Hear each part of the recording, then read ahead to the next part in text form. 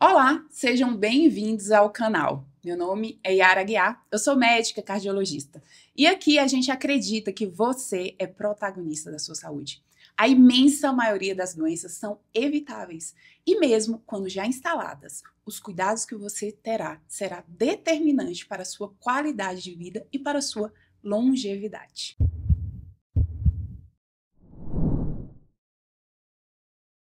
E o tema de hoje irá aquecer o seu coração. E eu tenho certeza que a imensa maioria das pessoas desconhecem a relação entre esse assunto e o coração, que é a espiritualidade. Isso mesmo, espiritualidade é uma ciência médica. Antes de começar, eu já queria pedir para você compartilhar, se inscrever no canal e curtir esse vídeo, porque eu tenho certeza que você vai descobrir muita coisa que você não sabe. E para falar desse assunto, eu convidei o Dr. Eustáquio Ferreira, que fez medicina na Universidade do Triângulo Mineiro, né? Fez faculdade, aliás, fez residência no Instituto Dante Pazanese de Cardiologia, arritmia no Hospital de Base e tem título de especialista pela Sociedade Brasileira de Cardiologia e de Arritmia, além de ser sócio e proprietário da Vecora Especialidades. Seja bem-vindo, Dr. Eustáquio. Obrigado, Yara, mais uma vez pelo convite. E eu te convidei para falar desse tema, não é à toa, né? Porque, como eu falo, você é um médico que foge totalmente da média, né? Tem umas inúmeras outras soft skills, né? Outras habilidades de outros conhecimentos que muito me admira, né? E não é à toa que eu te convidei para falar desse tema, que é mais para as pessoas conhecerem essa relação, né? E a gente sabe que muita gente confunde espiritualidade com religião. Eu vou até ler aqui para vocês, que são coisas diferentes. Religião, ela é um sistema organizado, né, de crenças, práticas, dogmas e símbolos destinados a facilitar a proximidade com o transcendente, né? Certo. Já a espiritualidade, segundo, né, o grupo de estudos em medicina, entre espiritualidade e medicina cardiovascular, né, que é um dos grandes nomes, é o Dr. Álvaro Avezum, né, que fala muito sobre isso, é o conjunto de valores, né, tanto morais, mentais e emocionais que norteiam pensamentos, comportamentos e atitudes nas circunstâncias, né, tanto desses relacionamentos intra quanto interpessoais, né, passível até de mensuração, né? De você saber isso. O que você acha dessa definição, dessa diferenciação? Eu acho interessantíssimo, Yara. Primeiro porque esse tema da espiritualidade é um tema importante para a vida das pessoas como um todo, né? E a gente, dentro da medicina, ainda mais na cardiologia, a gente é muito baseado em evidências, em estudos científicos, uma coisa muito material. Isso é muito importante. No entanto, a gente não pode fechar o nosso pensamento para o lado espiritual da vida. Primeiro, porque o lado espiritual da vida, de maneira geral, é uma coisa que é muito importante para as pessoas. Ele que dá força, sustentáculo, quando a pessoa está passando por doenças, necessidades, que auxilia muitas vezes as pessoas a serem mais humanas, mais generosas, mais solidárias, terem mais compaixão, mais empatia. Então é um lado que é muito importante nós percebemos, e tem a religiosidade, né, que é você estar ligado a uma determinada religião, e isso ajuda no sentido de que você tem uma ligação com Deus, com o transcendente, mediada de uma certa maneira com auxílio de determinadas diretrizes, condutas, normas, às vezes está junto com outras pessoas que vão estudar junto com você, aprender junto com você. Então esse é um lado importante. Agora, a espiritualidade em si, ela não depende necessariamente de uma religião. A pessoa pode ter um lado espiritual desenvolvido sem estar ligado necessariamente a uma religião.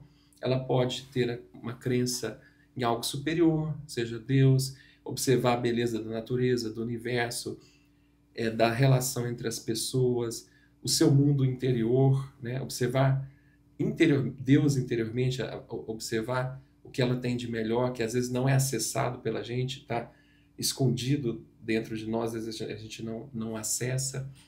Então a espiritualidade, ela é mais abrangente. E ela pode ou não estar ligada à religião. Exato, que a próxima pergunta que eu ia fazer para você é justamente essa. A pessoa pode ser alguém espiritualizado, mas necessariamente não ser religioso, né? Exato. Não seguir nenhuma religião. São coisas diferentes. Claro que aí a religião pode ser uma parte dessa espiritualidade dela, né? Mas não necessariamente tem precisa ser religioso para ser espiritualizado. Exatamente. Né? E existem, como eu disse, tudo que é ciência, para não ser... ele pode ser...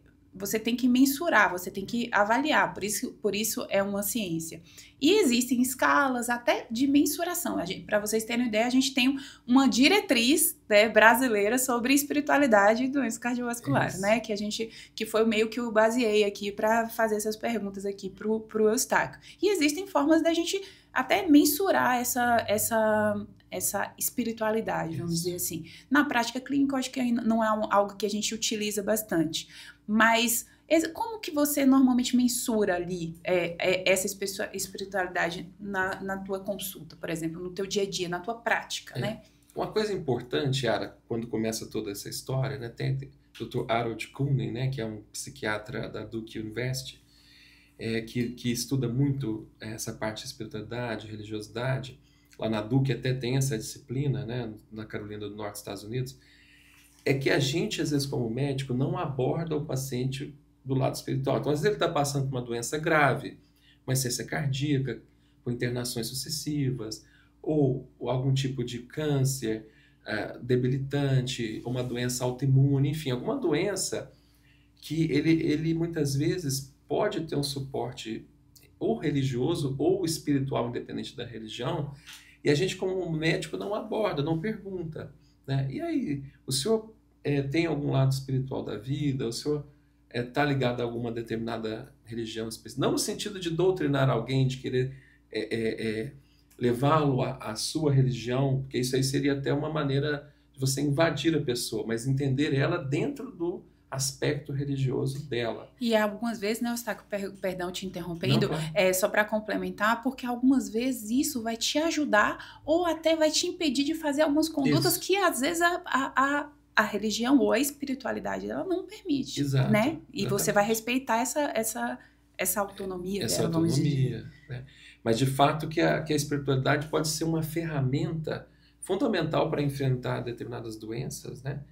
E tem até alguns estudos, são estudos, evidentemente, a maioria observacionais e tudo, que mostram que pessoas, às vezes, as quais foram feitas preces para elas, em que tiveram uma conexão espiritual, elas evoluem muitas vezes melhor, ficam menos dias internadas. Então, a ciência também já está começando a entrar nessa área e começar, como você disse, né, Yara, a medir algumas coisas que a religiosidade, principalmente a espiritualidade, podem trazer de benefício para as pessoas. Exato. E quais são os valores, né, que embasam essa espiritualidade, né? Porque quando a gente fala de espiritualidade, né, existem valores que vão embasar isso. Quais seriam esses valores? Então, a pessoa que ela tem uma ligação transcendente, né, que ela enxerga a coisa além da matéria, ela evidentemente vai agregar algumas coisas muito úteis, né, como a solidariedade, a compaixão, o perdão. Porque o que a gente observa muitas vezes? Que as pessoas... tem uma frase do William Shakespeare que eu gosto muito. Diz o seguinte: guardar mágoas ou ressentimentos é como tomar veneno e esperar que o outro morra. Então, quando você guarda um ressentimento, você vai estar envolvido naquele sentimento pesado, muito mais do que a outra pessoa que você está direcionando aquele pensamento. Então, o pensamento ele sai daquela origem, daquela fonte. Então, lá o veneno está maior. Então, à medida que você aprende sobre o perdão, que o perdão está ligado a você entender o outro com mais empatia, entender que talvez a pessoa tenha feito alguma coisa, mas não necessariamente com a finalidade de te prejudicar, mas porque ela talvez tenha tido um ato egoístico naquele momento, ou... Enfim, não é procurar justificar o que ela fez, mas entender a humanidade da gente, entender que a gente também é capaz de fazer algumas coisas e que guardar aquele ressentimento, aquela mágoa, só vai nos prejudicar. Então, isso é uma coisa que a pessoa que guarda mágoas e ressentimentos está ligada ao desenvolvimento de algumas doenças, tanto cardiovasculares, doenças ulcerosas pépticas, enfim, a doenças que podem comprometer o estado dela e o próprio psique, a própria... Vamos dizer, a alma dela vai ficar, ela vai ficar angustiada, ansiosa, não vai ter paz interior. Então, é muito importante. Então, o perdão, a gratidão, né? A gente sabe que cada vez mais se fala na gratidão. Gratidão é você perceber a beleza que existe em torno de você, o tanto que a gente é agraciado, abençoado com várias coisas na nossa vida, que muita gente nem sequer sabe que existem. A doença ensina muito, né?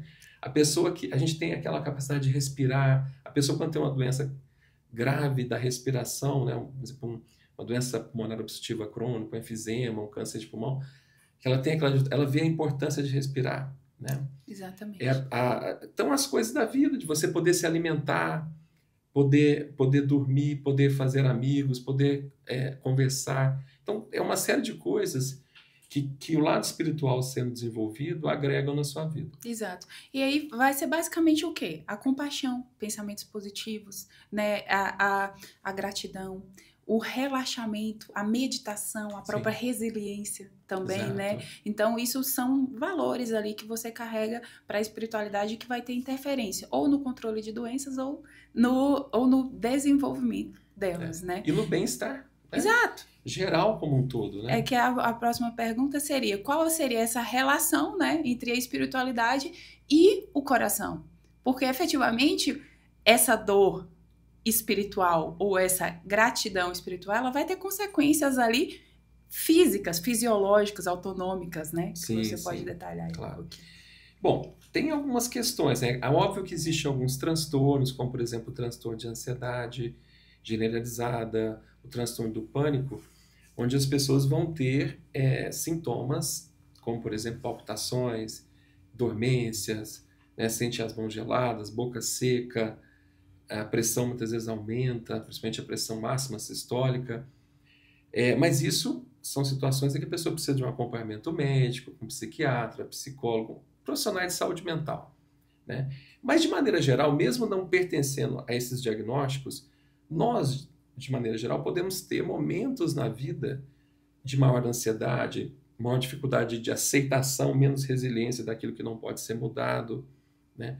Então tem uma frase do Francisco de Assis que eu acho muito interessante, que ele fala o seguinte: Senhor, me dê força e coragem para modificar as coisas que eu posso e força, resistência, resiliência para aceitar aquelas que eu não consigo mudar. E sabedoria para saber qual situação é uma das duas. Ou seja, então é muito importante essa questão do lado espiritual, né? Eu acho que isso aí ajuda muito como um todo, né? Mas a gente tem que entender, esse lado espiritual é importante, não é questão de você converter as pessoas para a sua crença. A crença de cada um, ela está ligada a muitas coisas, está ligada à cultura de cada um, onde ele nasceu, qual era a crença familiar, até o país, a região, uma série de coisas que ela se conecta melhor. É claro que alguém pode estar em alguma determinada ou religião ou até espiritualidade em que ela não se encontrou ainda e ela pode se modificar. Mas eu acho que é importante a gente respeitar a espiritualidade de cada um como ela é e não tentar impor a nossa. Acho que uma das coisas é essa. Acho que, em primeiro lugar, religião vem de religare, que é ligar a Deus. Então, como é que eu vou me ligar ao transcendente, a Deus, se eu não respeito a pessoa como ela é, né? Se eu quero impor a minha verdade? Será que a minha verdade é a verdade? Isso é uma coisa também a se questionar. Exato. E, na verdade, o objetivo aqui não é esse. Na verdade, é só demonstrar que essa espiritualidade, esses pensamentos positivos, a meditação, a resiliência, a gratidão, praticar o perdão, ele pode ter uma correlação com o desenvolvimento mesmo de doenças, né? Exato. E a gente até dizendo na prática, será que a espiritualidade, ela reduz a mortalidade, por exemplo? Existem, óbvio, e que você não são estudos randomizados, ou seja, que são estudos, esses estudos randomizados são estudos que a gente utiliza, né, para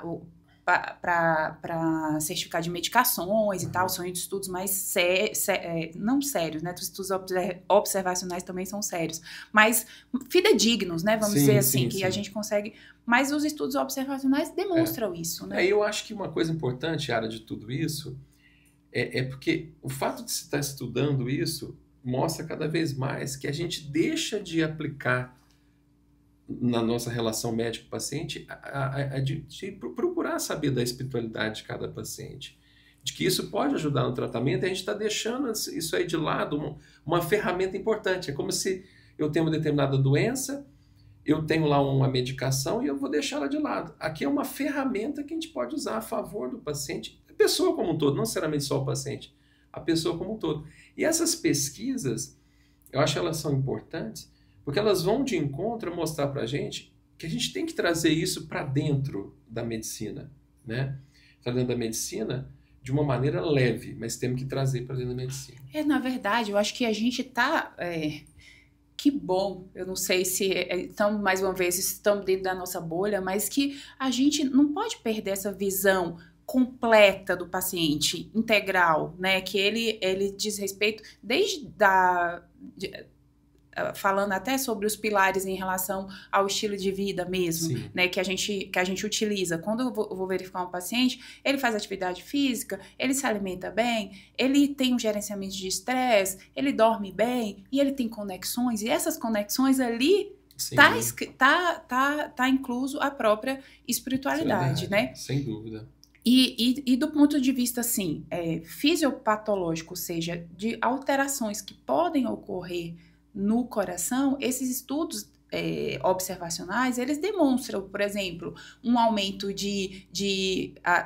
desenvolvimento de dislipidemia, que é o próprio LDL alto, né, que é o colesterol ruim, aumento de provas inflamatórias, como o PCR, né, formação de placas de gordura, e isso, assim, fisiologicamente. E só para exemplificar, vou até contar um caso que eu atendi na época da residência, de uma paciente, né, que tinha uma doença aterosclerótica, ou seja, placas de gordura no vaso sanguíneo, já tinha infartado, e assim, é um paciente que constantemente com angina, que é aquela dor no peito, né, sim, e a gente não conseguia, recorrendo, aumentando a aterosclerose, doença, e tudo na meta, paciente com pressão normal, paciente com tudo na meta, né? Que a gente utiliza essas metas, glicemia, colesterol e tal. Sim, sim. E a paciente continuava progredindo ali a doença. E a doença dela muito agressiva. Até que numa dessas conversas se foi descoberto que ela tinha uma relação familiar muito complexa, né? Com família, com irmão e tal. E foi abordado nisso e pela primeira vez ela exteriorizou, e era algo que ela guardava muito, era uma mágoa, uma coisa que ela tinha ali, que ela não conseguia se livrar daquele sentimento, né, como você falou, desse veneno, né, que ela tava ali, e realmente a gente não pode, eu posso afirmar que isso era a causa da progressão da doença dela, obviamente eu não posso afirmar, mas eu posso observar e dizer que provavelmente, talvez esse não perdão tinha uma relação com essa progressão de uma doença tão agressiva. Exato. Né? E no mínimo, no mínimo estava trazendo um mal-estar muito grande, uma qualidade de vida muito comprometida, né? Uma angústia, né? Além de tudo isso que você acabou de falar, quer dizer, então é uma coisa que precisa ser trabalhada, né? E o importante disso é uma mágoa. Não é uma coisa que você pode arrancar de você, eu tenho mágoa, então eu não vou ter a partir de agora. Não, você tem que entender o porquê você tem. E aí tem alguns casos até que a ajuda profissional da saúde mental é importante, e em outros a pessoa consegue sozinha descobrir as causas daquilo e procurar. Normalmente são situações que acontecem na vida que nos convidam à reflexão. Praticamente diariamente nós temos várias situações que nos convidam a refletir, que a gente pode ou não aproveitar. Pode ignorar ou não, né? A gente pode aprender, né, com aquilo. Isso, né? Tem uma frase que eu gosto do Jean-Paul Sartre. Você vê, Jean-Paul Sartre era um filósofo existencialista, ateísta, inclusive, que dizia o seguinte, o importante não é o que os outros fazem com você, mas o que você faz com o que os outros fazem de você. Isso nunca foi tão atual, né? Exato. Então, a percepção, é você ter uma sensibilidade, porque espiritualidade tem a ver com desenvolver uma sensibilidade maior para as coisas que não são tão óbvias, para as coisas que são essenciais, né? Quintessenciadas, vamos dizer assim. Exato. Tem uma frase que meu marido sempre fala pro meu filho, eu não sei nem se é essa frase de alguém, aí se for, vocês podem me dizer. Ele fala assim, você nunca perde, você sempre aprende. Porque algumas vezes você fala assim, ai, não tenho isso, não tenho aquilo, perdi aquilo que no esporte, na vida, sim, né? Sim. Você nunca perde, você sempre está aprendendo. Exato. Ou seja, você vai pegar aquela perda e aprender algo ou você vai ignorar, né? Isso pode te trazer muitos benefícios, né? E esses sentimentos, como esses sentimentos negativos, eles podem contribuir para essa doença ou para esse agravamento da doença? Os sentimentos negativos, eles podem contribuir de várias maneiras. Bom, uma das coisas, né, só de início, uma maneira até mais óbvia, a pessoa muito pessimista, muito negativista, ela vai provavelmente acreditar que o tratamento não vai ser tão eficaz.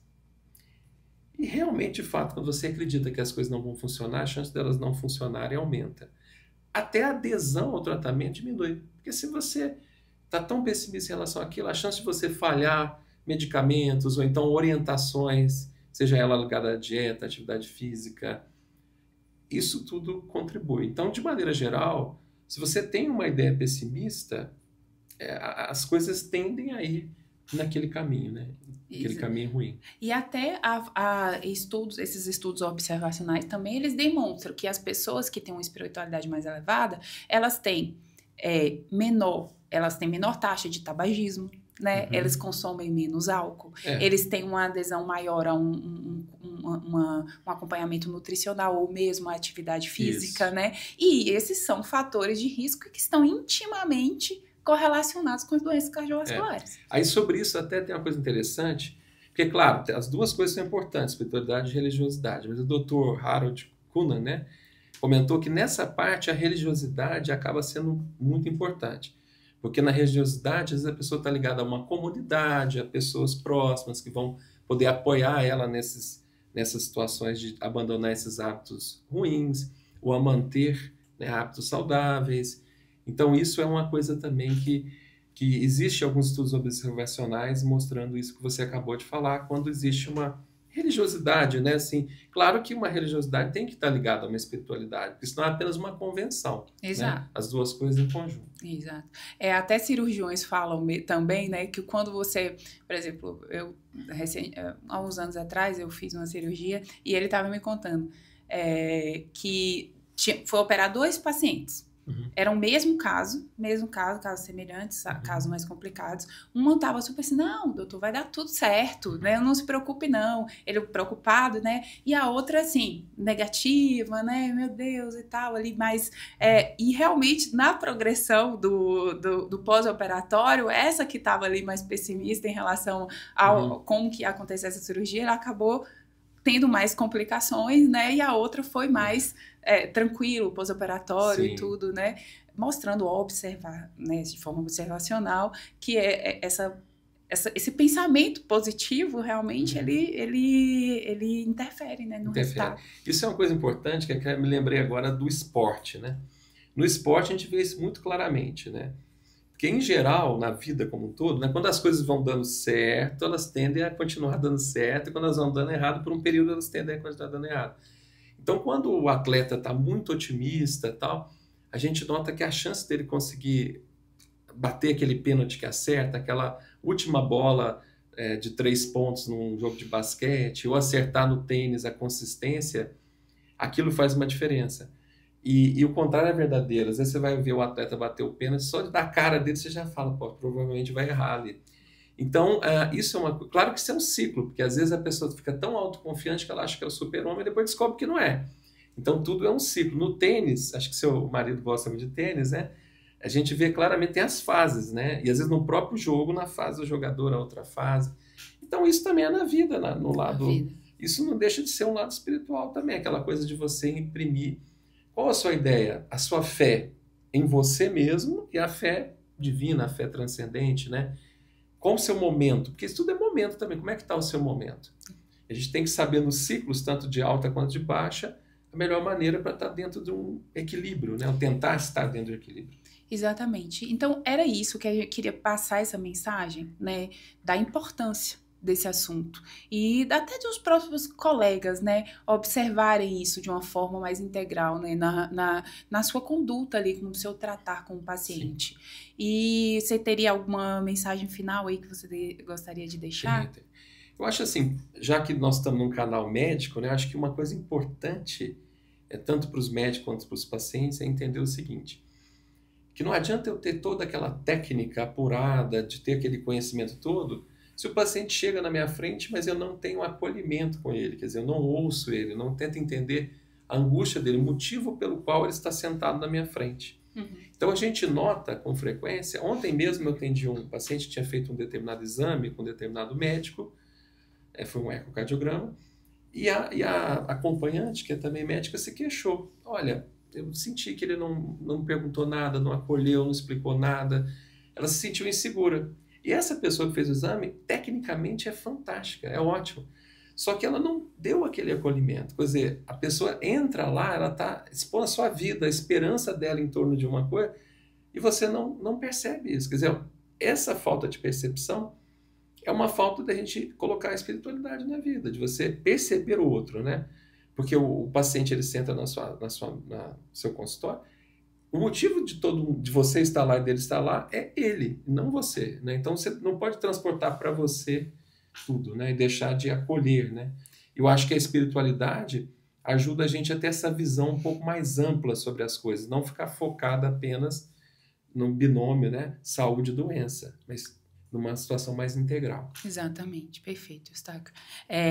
Que é isso, como mensagem final, eu queria dizer que a prática, né, do perdão, da gratidão, daquele pensamento positivo, da própria resiliência, da meditação e do relaxamento, além de tornar a sua vida mais fácil e fluida, ela tem sim demonstrado que vai prevenir doenças e também as doenças cardiovasculares.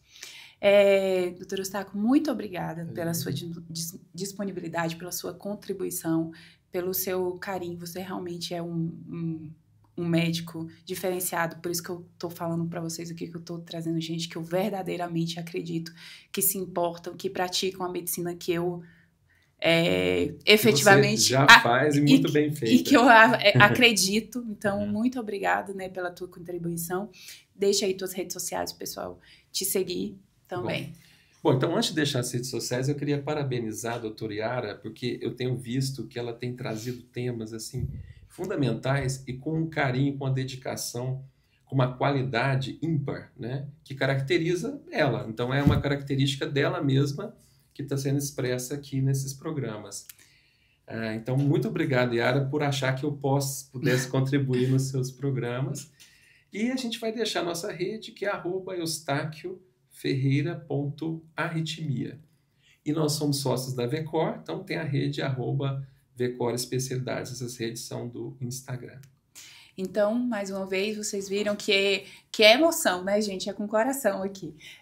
Muito obrigado. Queria pedir que vocês curtam, compartilhem, levem essa informação, aqueça o coração de mais pessoas com essas informações. Minhas redes sociais é doutora Yara Aguiar, que também vocês podem me seguir por lá. E esse foi mais um Por Você, de Coração.